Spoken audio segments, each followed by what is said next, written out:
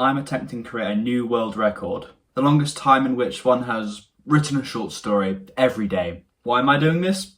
Don't ask me. Anyway, hope you enjoyed today's instalment. 18. Survival. What does it mean to survive? What does it mean to want to survive? Is it just a carnal urge, a desire of the flesh? Or is there something beyond that, something more existential, to make survival worth it?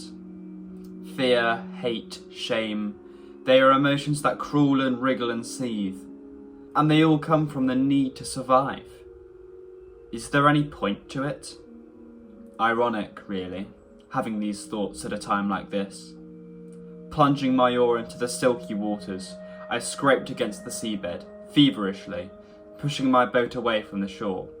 A heaviness clung to my muscles, a damp haze clung to my eyes, which didn't help my escape. Maybe I should lay off the booze when I'm around these parts, with these beasts on every mat and corner. With the ticklish feeling of the beast's presence mere inches away from the small of my neck, I paddled away profusely, hurriedly, parting the ocean waters like a knife through linen. It was an eerily beautiful sight, with the reddened sun dawning on the skyline, and the pinkish clouds to match it. It only highlighted the strangeness of the cerulean blue of the waters around me.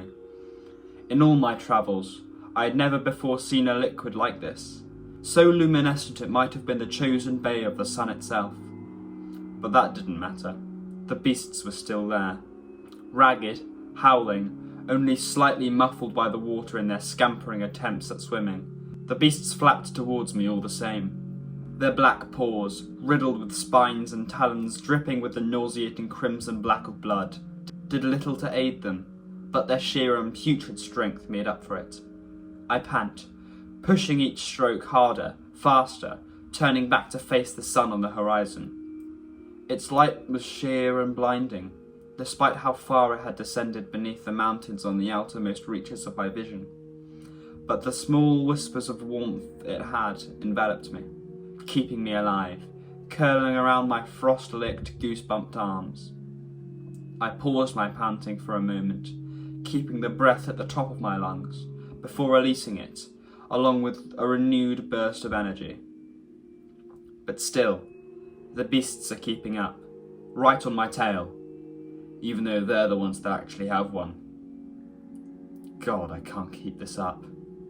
I've completely separated from the bay now. I'm out in open water, but the feeling of their presence is squarely highlighted in my consciousness. I can feel them barely missing the back end of my pitiful raft, threatening to crush it to splinters between their yellowed, mangy teeth. It feels like the tickle of a feather traced up and down my spine, but horrifically amplified. So terribly so that I can't bear it. I don't want to bear it.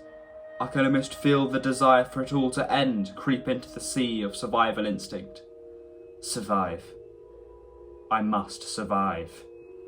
A roaring flame erupts in my gut, torching my insides, bellowing and writhing, protesting the world all around me. The beasts, the sea, the sun. I'm beginning to despise it all. The regularity of it, the threats on every mat and corner, the harshness of the feelings of fear, hate and shame. I'm done with it. Its taste had clung to the back of my throat every day since I was born, and I refuse to tolerate it any longer. I want to live free of it. I don't want to run anymore. I stop my paddling, and my boat slowly creeps to a halt. I don't want to survive. I want to live. I raise my paddle, a great sneer crawling up my face. The beasts finally catch up, and tear into my boat with viciousness. I can feel my heart faltering, but no.